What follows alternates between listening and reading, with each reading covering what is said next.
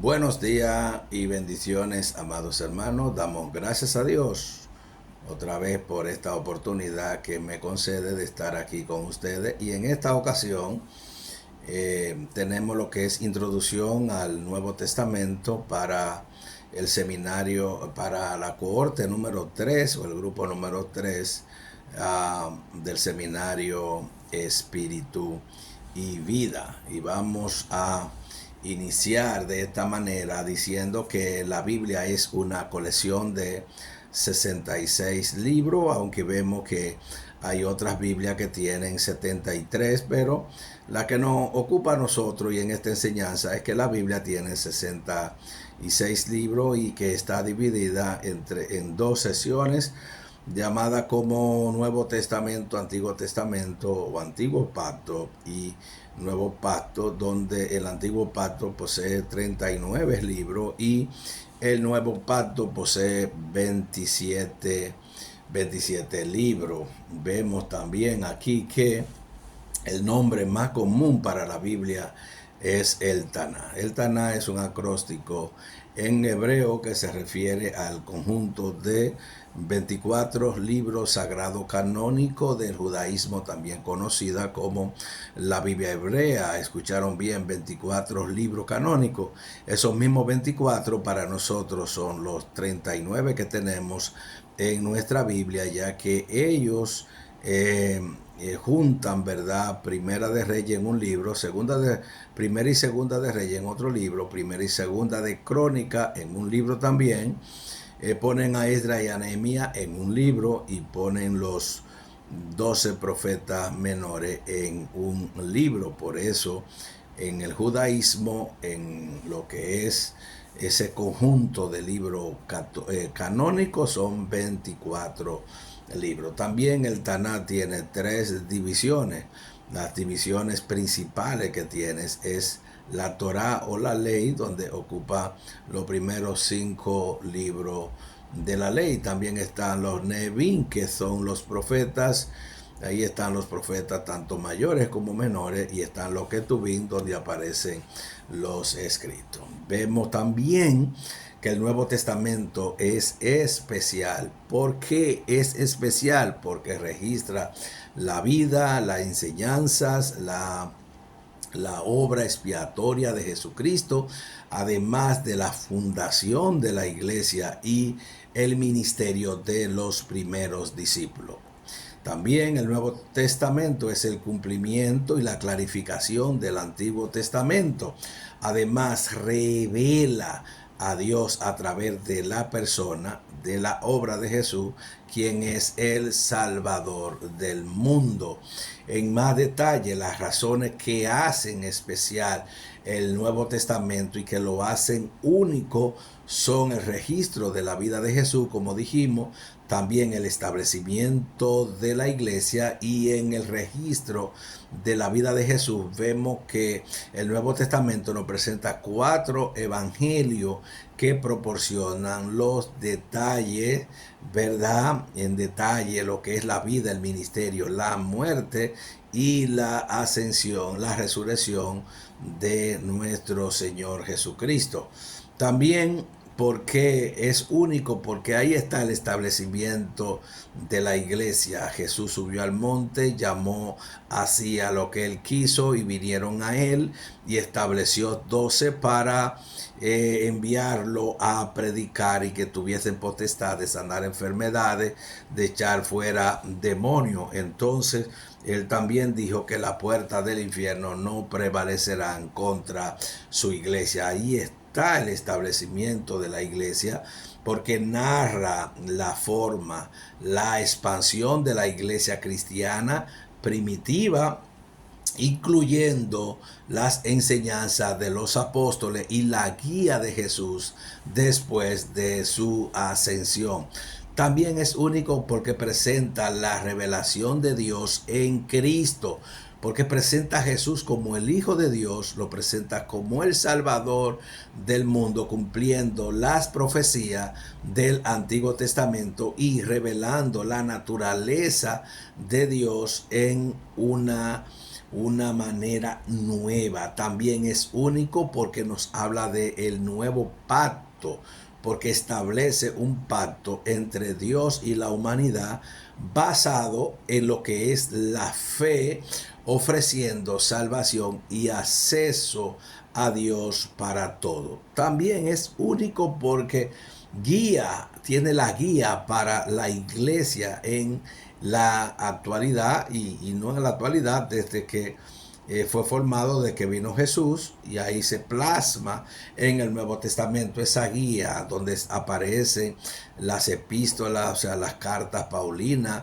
y las diferentes cartas en el Nuevo Testamento que nos ofrecen instrucciones, nos ofrecen enseñanza para la iglesia cristiana en diversos aspectos de la vida, pero también de la fe, incluyendo temas como la salvación, el amor, la santidad y la esperanza. También es único porque nos prepara, tiene la preparación para el futuro, porque aunque en alguna parte del Nuevo Testamento, como el libro de Apocalipsis, predice eventos futuros, incluyendo la segunda venida de Cristo y los últimos días. También es único porque presenta la unidad con el Antiguo Testamento, porque aunque es un nuevo pacto, el Nuevo Testamento está intrínsecamente ligado al Antiguo Testamento, que está contemplando la historia revelada del plan redentor de Dios desde el principio hasta el fin. Ahora también podemos observar que el Nuevo Testamento está escrito desde una manera, de una perspectiva androcéntrica y patriarcal. ¿Qué se refiere esto? ¿Qué es lo que significa? Que la narrativa y las enseñanzas del Nuevo Testamento están centradas en la figura masculina, y que la estructura social y cultural descrita en los textos refleja una sociedad que está dominada por el hombre, donde las mujeres tienen un papel secundario o subordinado. En el término androcentrismo, eso quiere decir que en el contexto, en el Nuevo Testamento, esto se manifiesta en la representación de Jesús como hombre y la mayoría de los personajes principales y apóstoles como hombre. En el sentido estricto patriarcal, se refiere a una estructura social donde los hombres tienen el poder y la autoridad sobre las mujeres, las familias y la sociedad. El Nuevo Testamento lo que hace aquí es que observa un sistema patriarcal en que los hombres ocupan posiciones de liderazgo religioso y social, mientras que las mujeres están sujetas a lo que es la autoridad divina. El patriarcado se refleja en las normas sociales, en las leyes y en las prácticas religiosas de la época. Jesús vino a él vino a romper con todo esto, y Jesús le dio primacía a lo que es ese patriarcado. Jesús, ese patriarcado, y como estamos hablando también ese androcentrismo, porque Jesús le da la apertura a las mujeres.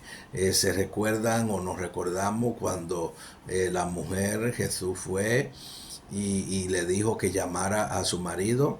Entonces ella había tenido 5 maridos y el que tenía no era su marido.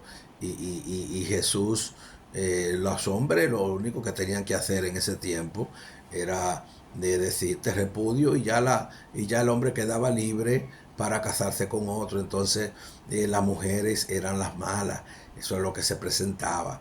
Sin embargo, nos topamos también con otra mujer que fue encontrada en el acto del adulterio y no llevaron al hombre, porque el que cometía adulterio tenía que morir apedreada. ¿A quién llevaba? A la mujer. Sin embargo, Jesús lo que dijo ahí fue: el que esté libre de pecado, que tire la primera piedra. Y entonces a la mujer le dijo: mira, tú eras pecadora, tú estabas haciendo esto, pero vete y no lo hagas más. O sea que Jesús vino a cambiar esta situación que estaba pasando desde hacía muchísimo tiempo, y por el mismo tiempo, asunto patriarcal, ¿verdad? Y adolescentismo, como acabamos de decir.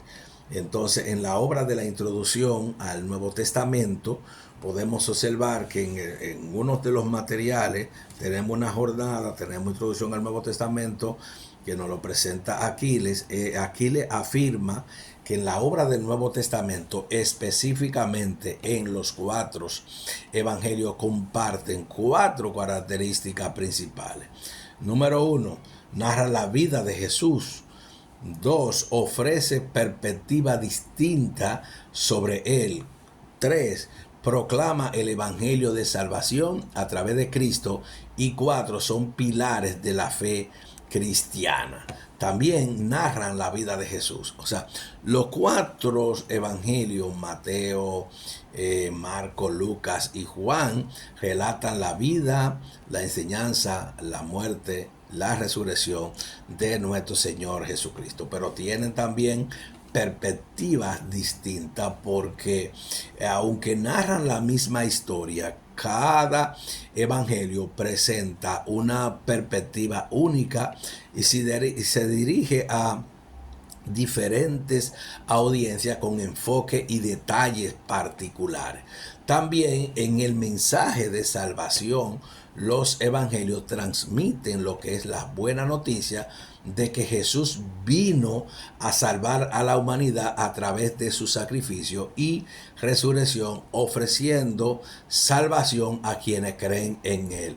También se le llama pilares de la fe, porque los 4 evangelios son considerados como los fundamentos de la fe cristiana, ya que establecen la base para la creencia de Jesús como el Mesías y como Salvador. La colección de libros del Nuevo Testamento deriva del nombre de la epístola de los Hebreos, que contrata el nuevo pacto mediado por la obra de Cristo con el antiguo pacto mediado por la ley de Moisés. En su introducción al Nuevo Testamento, Aquiles divide los libros del Nuevo Testamento según criterios históricos y teológicos. Los libros se agrupan en evangelios, Hechos de los Apóstoles, las epístolas, las cartas de Pablo, las epístolas generales o católicas, y también el Apocalipsis. Esta organización refleja el desarrollo cronológico de la historia cristiana primitiva y la evolución de la teología neotestamentaria. También en el Nuevo Testamento fue escrito principalmente en el griego común, o sea, el griego koiné, que era el idioma común del entonces, un dialecto común del griego hablado de la época. Sin embargo, los libros de Lucas y también Hechos y Hebreo muestran un estilo literario más refinado y elaborado en comparación con otros libros del Nuevo Testamento.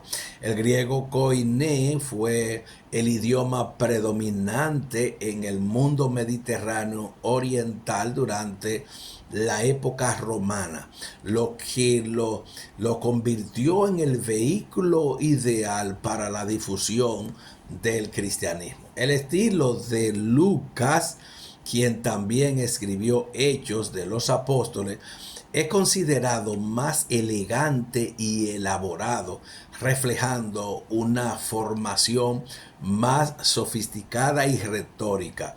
El estilo de Hebreo, el autor de Hebreos, también muestra un dominio especial del griego, utilizando un lenguaje más elevado y técnico en comparación con los otros libros del Nuevo Testamento.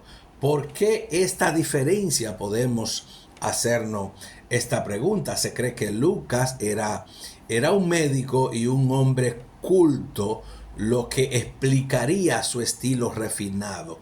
Y Hebreo, la complejidad del tema, también de la audiencia en la que se dirigen, o sea, judíos helenizados, también pudieron influir en el estilo más elaborado de Hebreo.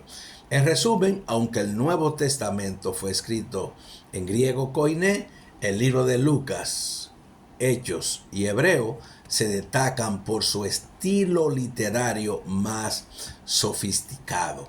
Cada libro del Nuevo Testamento fue escrito en forma individual y responde a las necesidades específicas de las congregaciones o individuos de lo que fue dirigido. Los autores inspirados por el Espíritu Santo abordaron diversas situaciones y enseñanza relevante para la época y el contexto de sus destinatarios.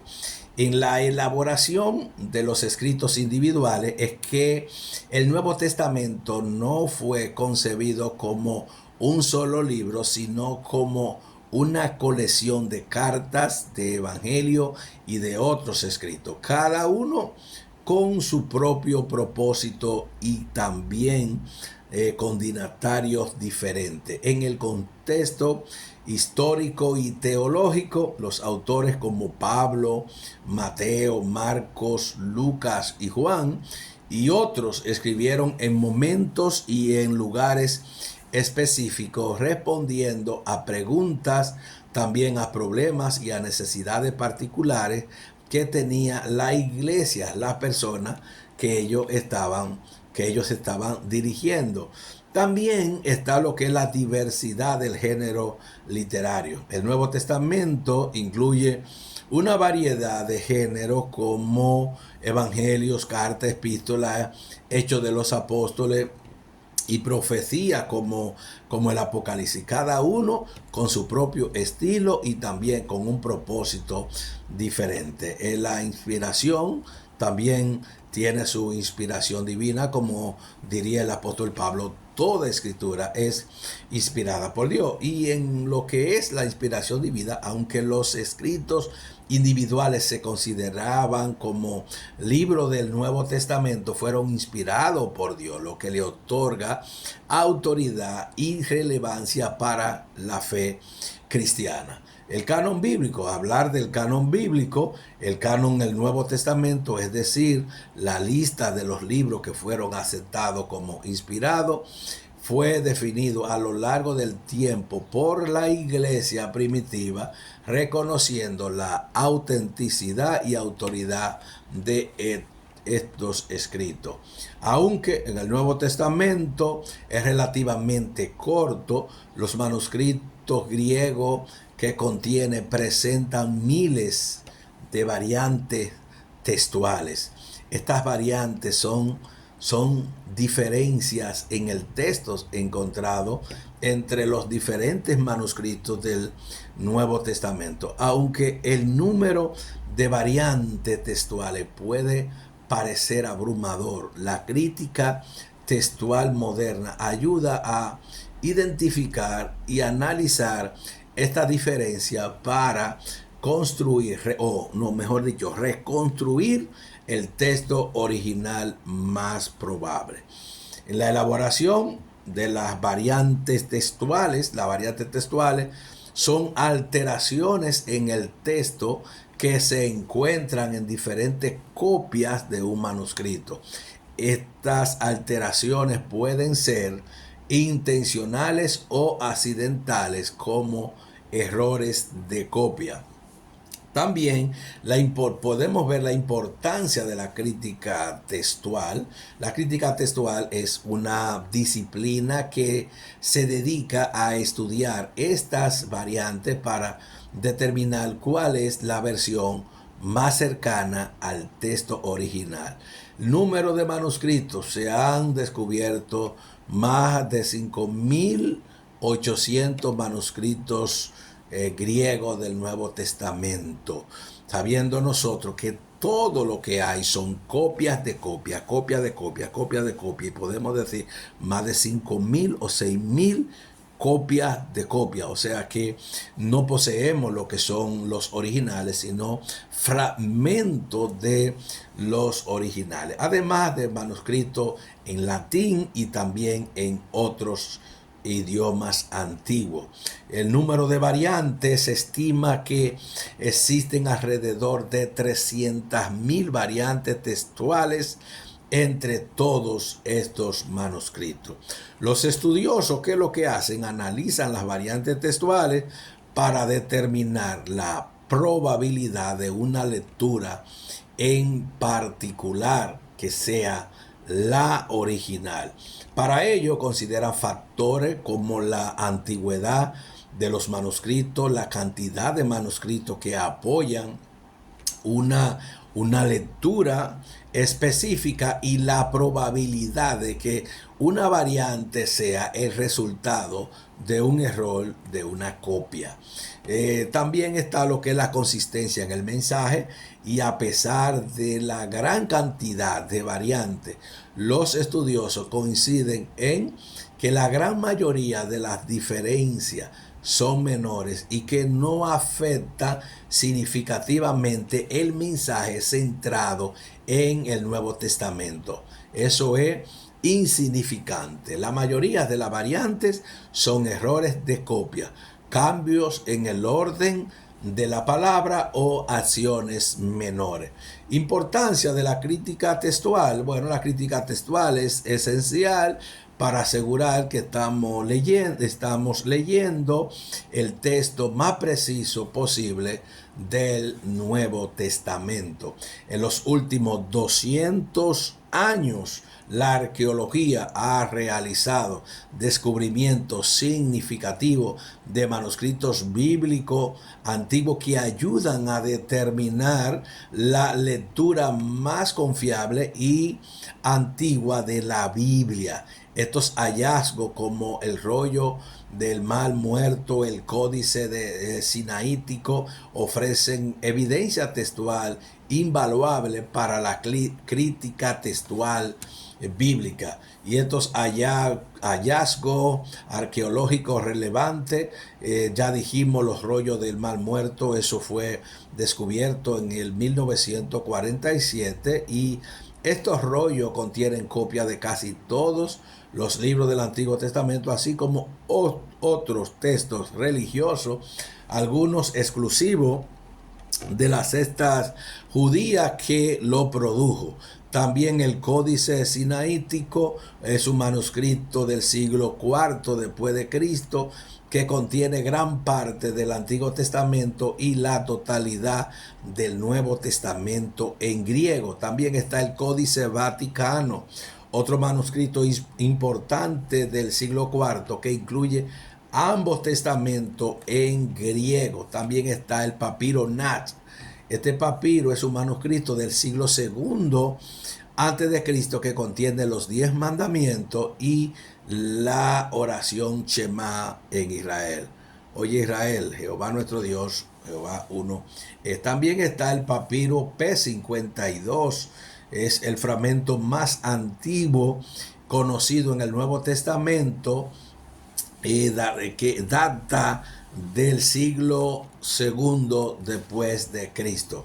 Los 27 libros del Nuevo Testamento en orden canónico son Mateo, Marcos, Lucas, Juan, Hechos de los Apóstoles, Romanos, primera y segunda carta a los Corintios, Gálatas, Efesios, Filipenses, Colosenses, primera y segunda de Tesalonicenses, primera y segunda de Timoteo, Tito, Filemón, Hebreo, Santiago, primera y segunda de Pedro, primera, segunda, tercera de Juan, Judas y Apocalipsis. En su introducción al Nuevo Testamento, Aquiles nos proporciona 7 preguntas clave para abordar el estudio sistemático de los textos neotestamentarios. Estos son qué es, para quién, cuándo, dónde, por qué, cómo y cuál es su significado. Estas preguntas formuladas en un orden lógico nos guía a través de la información esencial para comprender cada texto y su contexto histórico y literario. Número uno, ¿qué es? Aquí se va a ver de qué se trata el texto. Lo podemos tomar para hacer también una exégesis, o sea, para poner en claro un texto. Y lo primero que utilizamos aquí es ¿qué es? O sea, ¿de qué trata el texto? Número dos, ¿para quién? O sea, ¿a quién va dirigido originalmente? Número tres, ¿cuándo? O sea, ¿en qué periodo histórico se escribió? Cuarto, ¿dónde? ¿Cuál es el contexto geográfico y cultural? 5. ¿Por qué? ¿Cuál es la intención del autor, el propósito del texto? 6. ¿Cómo está estructurado? ¿Qué recurso literario utiliza? Y 7. ¿Cuál es su significado? O sea, el cual, ¿qué significado tiene para nosotros hoy? Estas preguntas no solo ayudan a entender el contexto histórico y literario, sino que también facilitan la aplicación de las enseñanzas del Nuevo Testamento en la vida actual. Dios le bendiga, amados hermanos. Espero que esta clase sea de bendición para los que lo vean y para los que lo escuchan. Bendiciones y shalom.